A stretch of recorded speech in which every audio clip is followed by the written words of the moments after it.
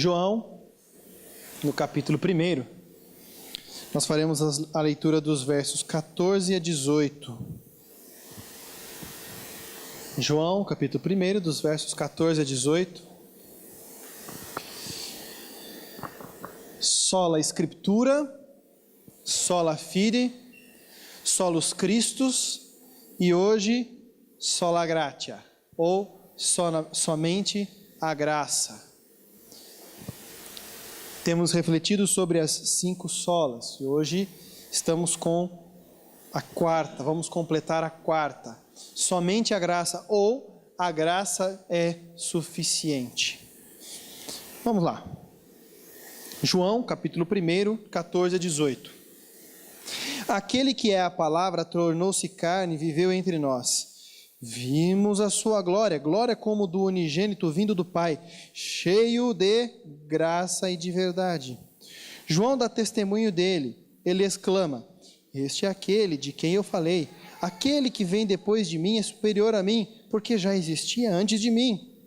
Todos recebemos da sua plenitude, graça sobre graça.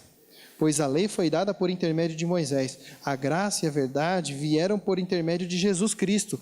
Ninguém jamais viu a Deus, mas o Deus unigênito, que está junto do Pai, se tornou conhecido. Vamos orar? Pai querido, eis a tua palavra. Esse assunto é muito importante, como todos da tua palavra. Não permita, Pai, que as minhas limitações sejam um empecilho para que os meus irmãos aqui entendam o que o Senhor tem para cada um. Fale diretamente a cada coração. A oração que nós fazemos em nome de Jesus. Amém. Para variar, eu vou querer adotar uma reflexão que vem por uma perspectiva diferente.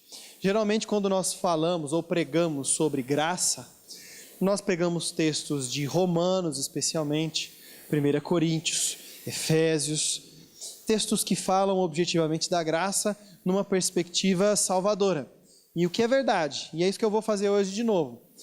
Ou seja, não merecemos uma coisa, mas recebemos a salvação. Não merecemos ser salvos, mas recebemos. Isso é graça. É receber algo que você não merece. Graça. Mas eu quero fazer por uma perspectiva, por um ângulo diferente.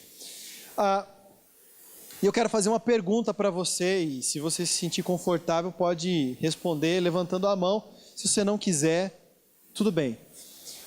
Imagine a seguinte situação na sua vida, você que já viveu isso.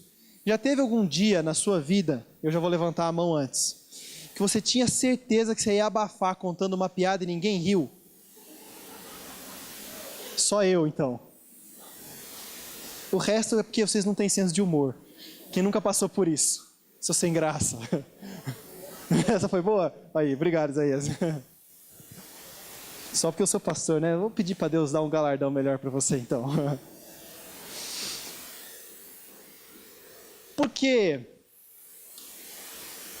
já teve situação também em que eu acho que você já passou por isso, eu já. Mas o momento em que você ouviu uma piada que foi tão sem graça, mas tão sem graça que você riu. Mas não contei piada, gente. O que vocês estão rindo? Você lembra? A pessoa contou lá na maior empolgação, da maior piada, maior chata, sem graça, de repente você riu. Não, você não forçou a isso. Saiu, escapou um sorriso assim de, sei lá, de dó da pessoa, não sei. Saiu. Fato é que quando a gente diz que é uma coisa sem graça ou que teve graça, é porque aquilo de alguma forma mexeu com a gente. De alguma forma positiva, se é engraçado. Ninguém diz que algo é engraçado por ser pejorativo. Ai, credo, aquilo era tão engraçado. Não. A gente diz, credo, coisa sem graça, que piada sem graça, que brincadeira sem graça. Mas quando tem graça, é bom, nos faz bem, é nessa perspectiva. E Quando nós falamos sobre isso, e eu quero falar sobre graça contigo, é falar de um Deus que é cheio de graça. Deus não é um Deus que faz a piada, mas é um Deus que nos atinge de tal forma que nos faz ver graça. Ver graça. E há situações na vida que são sem graça, fala a verdade. Nós estamos vivendo num mundo, num país, num momento, numa situação, num contexto, em que, sejamos francos, está cheio de coisas sem graça, cheio de notícias sem graça. Você liga a televisão, é só desgraça. É um mundo sem graça. E não é só aqui. Se você acha que nosso país está uma desgraça, vai andar um pouquinho por fora aí, dá uma assuntada. Você vai ver, tem lugar que não está tão ruim, tem lugar que está mil vezes pior. Está sem graça. E no tempo como esse, eu quero garantir para você que a presença poderosa de Jesus e do Espírito Santo de Deus é tão grande na nossa vida que podemos sim ver graça e ter graça na nossa vida. Eu tenho certeza que você conhece pessoas assim como eu, pessoas que passam por situações difíceis na sua vida. Situações assim muito difíceis. E são pessoas que não reclamam de nada, não abrem a boca para reclamar. E se você pergunta, tudo bem? Graças a Deus. E graças a Deus significa isso: a Deus seja dada glória, a graça dele está sobre mim, está tudo bem. E eu conheci o seu Daniel, que eu não sei nem se está vivo hoje, um homem de uma vida muito sofrida, um alcoólatra que foi liberto pelo poder de Deus, com as mãos deformadas do trabalho pesado. Não é calo não, seu Daniel tinha vincos nas mãos do trabalho pesado, eram buracos mesmo. E você falava com o seu Daniel, tudo bem? Pela graça de Deus, tudo bem. Seu Daniel dava risada de qualquer piada sem graça, porque para ele via a vida, não sei se vê ainda, espero que sim, com graça. E nesse sentido, no texto que a gente acabou de ler, a gente, assim como nós, vivemos num mundo sem graça e temos a oportunidade de, através de Jesus, ver graça na vida, o povo de Israel, o povo que estava vivendo no contexto em que esse texto foi escrito, eles estavam aprisionados, era um povo que era governado por um governo tirano, eles eram oprimidos, estavam perseguidos, e aí então, de repente, eles estavam esperando por alguém que trouxesse graça, que era o Messias. O povo judeu até então esperava libertação, de todas as formas. Eles estavam oprimidos economicamente, financeiramente, ideologicamente, culturalmente. Eles viviam uma vida sem graça e estavam esperando pela presença de alguém, do Messias, que poderia libertá-los. Assim como Martinho Lutero, que vivia uma vida sem graça, mas encontrou graça. Há momentos na vida em que a gente não consegue ver graça nas coisas. Pensa bem, gente, acordar todos os dias e ouvir as mesmas notícias do jornal, tem graça? Mesmo que a notícia seja boa, mas a gente ouve as mesmas coisas, é ou não é? A gente ouve as mesmas notícias. Sair de casa para encontrar os mesmos problemas no trabalho, que graça que tem? É a mesma coisa. Que graça que tem? Discutir os mesmos problemas dentro do casamento por anos e anos e anos. Que graça que tem? Discutir os problemas com os filhos por anos e anos, os mesmos problemas. Que graça que tem? Fazer as mesmas orações, pedindo as mesmas coisas, receber as mesmas respostas de Deus por anos. Que graça que tem? Ouvir os problemas dos outros como se fossem os maiores problemas do mundo. Que graça que tem? contar os nossos problemas para os outros, encher os ouvidos dos outros com os problemas, como se fosse a única coisa do mundo. Que graça que tem! Nesse sentido, eu quero voltar para a palavra de Deus. Assim como o povo daquela época, nós vivemos as nossas rotinas, e no nosso dia a dia é possível sim ver graça, mas a graça de Jesus que transforma o nosso olhar.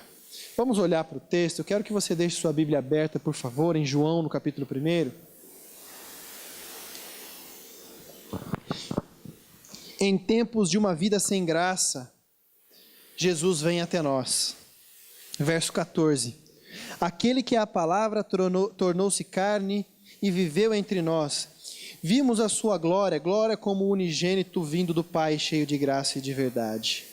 Como eu disse, até aqui, o povo vivia um tempo sem graça, a vida não tinha graça, viver não tinha graça.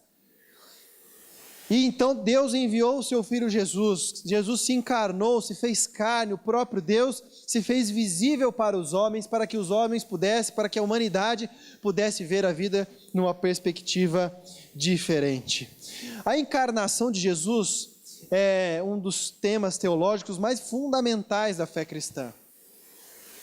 As outras religiões em geral, o que elas dizem?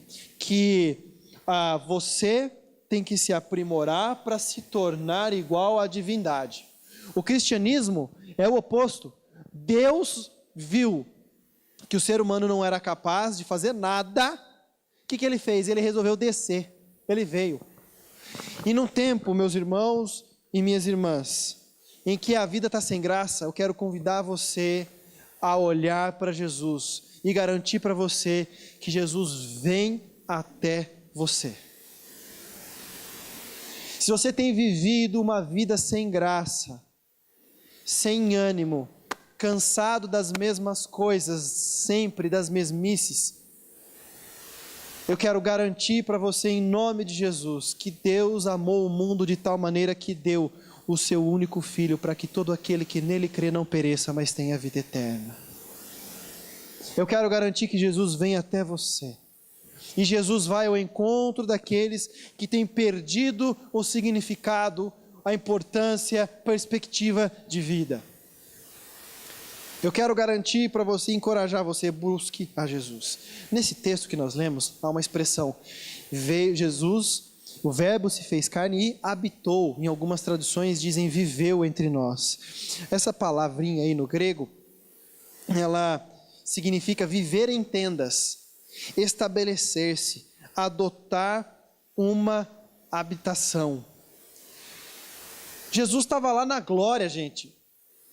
Por que cargas d'água ele ia querer sair de lá? Por quê? Por que ele ia querer sair de lá? Mas ele saiu e habitou. Ele esteve aqui conosco. E Jesus não simplesmente veio, mas habita. E eu quero dizer para você, que tem tido uma vida cheia de rotina, que está cansado dessas coisas, que Jesus Cristo não apenas vem, mas Ele habita na sua vida. Ele pode habitar em você e transformar a forma como você vê tudo. Segunda lição que eu quero trazer, primeira é que Jesus vem e habita no seu coração e na sua vida. A segunda lição, que não é um conto de fadas, não é coisa de mentirinha, é de verdade. Aquele que é a palavra se tornou carne, veio entre nós e nós vimos a sua glória, cheio de graça e de verdade. Nesse texto há duas expressões importantes que eu queria destacar no final dele: cheio de graça e verdade.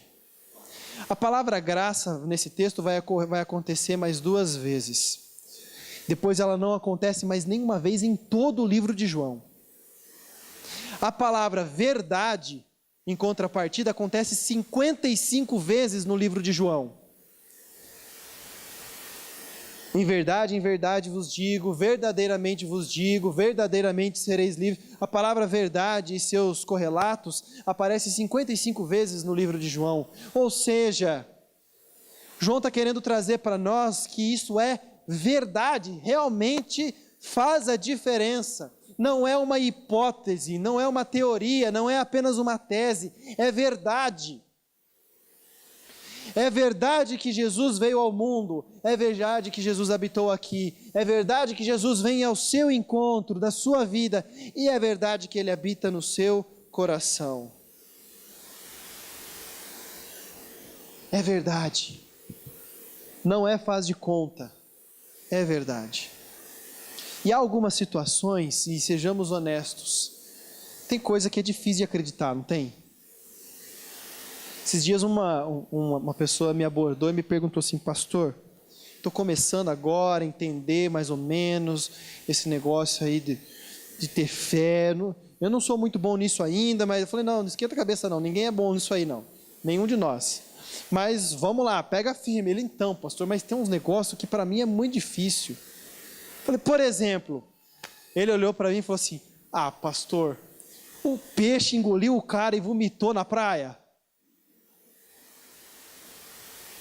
Eu falei: é.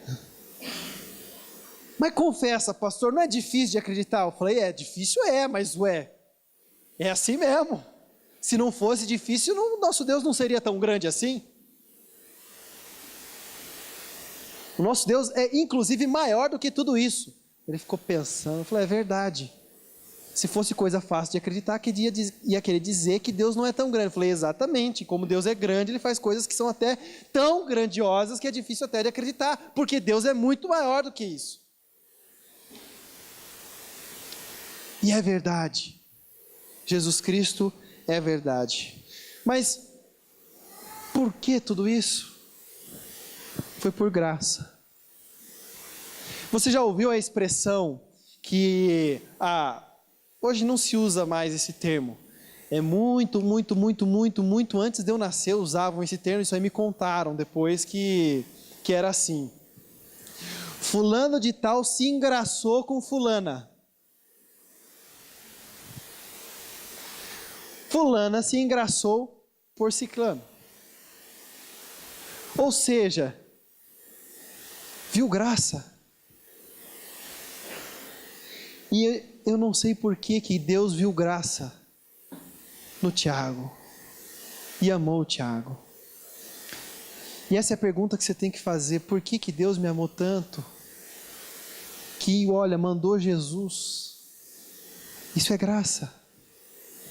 Viu graça.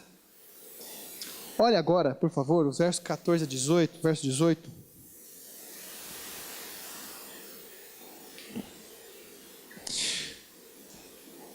Todos recebemos sua plenitude, graça sobre graça. 17 e 18. Pois a lei foi dada por intermédio de Moisés, a graça e a verdade vieram por intermédio de Jesus Cristo. Ninguém jamais viu a Deus, mas o Deus unigênito veio até, que está junto do Pai, se tornou conhecido de todos.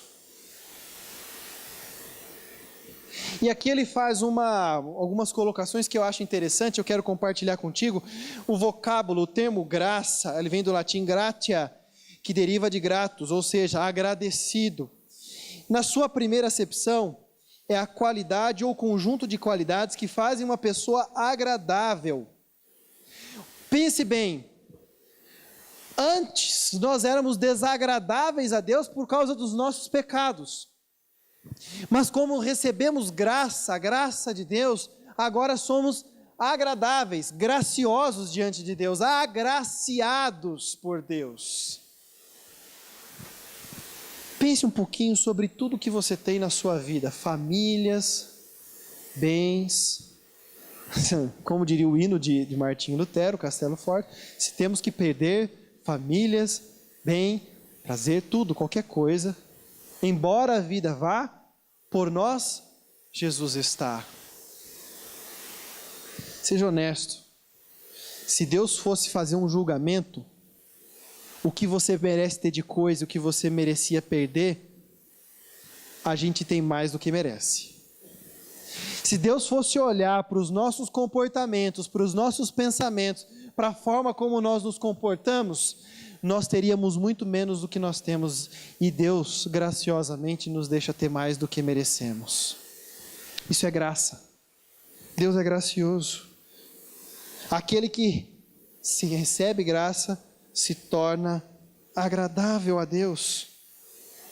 E aí o apóstolo João, ele usa um termo que ele deu sobre nós, derramou sobre nós, graça sobre graça.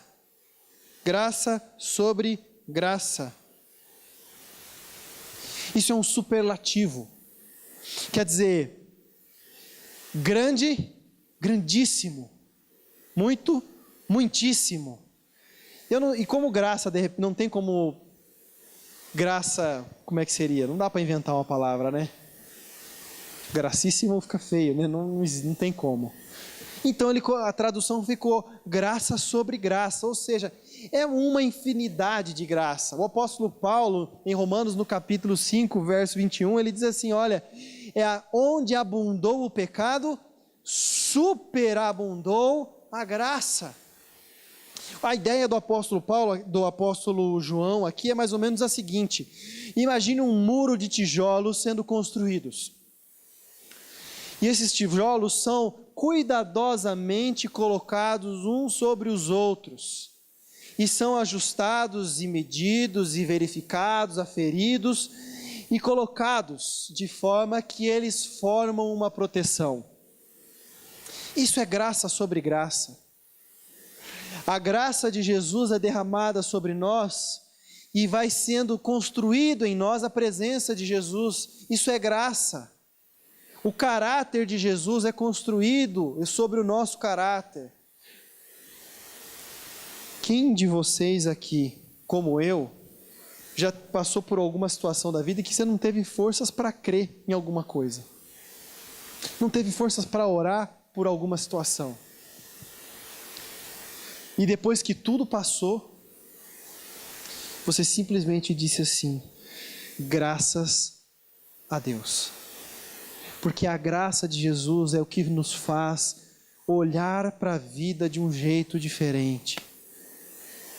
É legal ter as coisas, ter coisas legais. É muito bom ter coisas legais, coisas que você gosta. Comer coisas que você gosta. Ter coisas, roupa, para quem gosta de roupa, para quem gosta de tecnologia, é legal ter, é ótimo, é legal ter tudo isso, e não é pecado. Mas não é isso que te faz uma pessoa agraciada por Deus. Não é isso que te faz uma pessoa abençoada por Deus. Ter coisas não faz de você uma pessoa abençoada. O que faz de você uma pessoa agraciada, abençoada, é a presença poderosa do Espírito Santo de Deus na sua vida, habitando no seu coração. É isso. É isso. E às vezes a gente fica buscando tantas coisas para satisfazer o nosso coração, para ter paz, quando o que é suficiente está aqui dentro e nós estamos procurando lá fora. Nessa noite, numa vida sem graça e sem sentido, cheia de rotinas como a sua, como a minha, todo mundo tem rotina na sua vida, tem hora que rotina cansa, mas não se esqueça de enxergar Jesus através disso tudo. E eu quero terminar e concluir fazendo citação de uma história que eu vi, uma história, um fato que eu presenciei. Eu já compartilhei com os irmãos, mas cabe, eu vou repetir essa história. Um presbítero da primeira IPI de Assis, nosso irmão William. Ele hoje não estava na primeira igreja, ele está na terceira igreja, mas na época ele era presbítero lá, na primeira igreja, e ele era bancário, quer dizer, continua sendo. E eu fui fazer inscrição para o vestibular e, para variar, fui no último dia. Aí tinha que fazer inscrição lá e pagar o boleto. Onde que vão pagar esse boleto? Tem um banco aqui dentro da faculdade. Então vamos lá, vamos pagar isso aqui, vamos ficar livre, né? O detalhe é que todo mundo que deixou para o último dia faz o quê? Foi naquela pequena, minúscula e quase insignificante agência fazer o pagamento. Então era uma fila gigantesca. Estava lá mesmo, uma pernada de 6 quilômetros para chegar lá, vou ficar aqui mesmo, quietinho. Entramos na fila. Quando estava chegando a minha vez, depois de algumas horas na fila, eu vi que quem estava atendendo no caixa era o presbítero William. E quando chegou a minha vez de pagar o boleto da inscrição, eu lembro de ter dito para ele, falei, e aí, irmão, tá tenso o negócio hoje? Ele olhou para mim e disse, graças a Deus. E ele estava com um semblante muito cansado, exausto, ele estava exausto. Já tinha passado o horário, já fazia tempo. Ele estava esgotado. E eu tinha percebido que para todos os candidatos, e ali só tinha candidato, né? Para o vestibular, para todo mundo, ele sorria ao final e dizia, Deus abençoe e boa prova. Deus abençoe e boa prova. Deus abençoe e boa prova. Deus abençoe e boa prova. Chegou minha vez, eu falei, fala para mim também, né? Aí ele olhou, deu um sorriso, Deus abençoe, boa prova. Mas estuda, rapaz. Ele não, pode deixar. É isso. Ser agraciado é isso. É olhar para a vida e ver que a graça de Jesus está sobre nós. Sabe aquele texto das Escrituras, eu não lembro o endereço agora, no Antigo Testamento, no livro dos Salmos, 1000 cairão ao teu lado, 10.000 à tua direita, e tu? É isso aí mais ou menos. O circo está pegando fogo, o negócio está caindo lá, está tudo despencando. Eu sou um agraciado.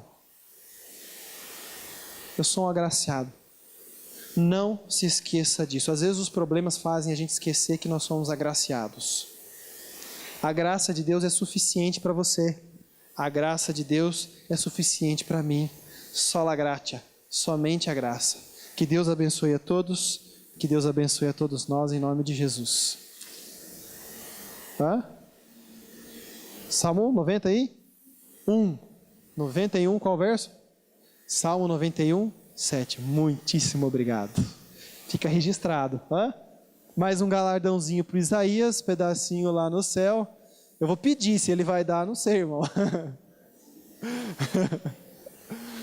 Vamos orar para nós encerrarmos esse tempo, então? Não esqueça, você é um agraciado. Isso é suficiente. A graça de Jesus é suficiente. Vamos nos colocar em pé para nós orarmos?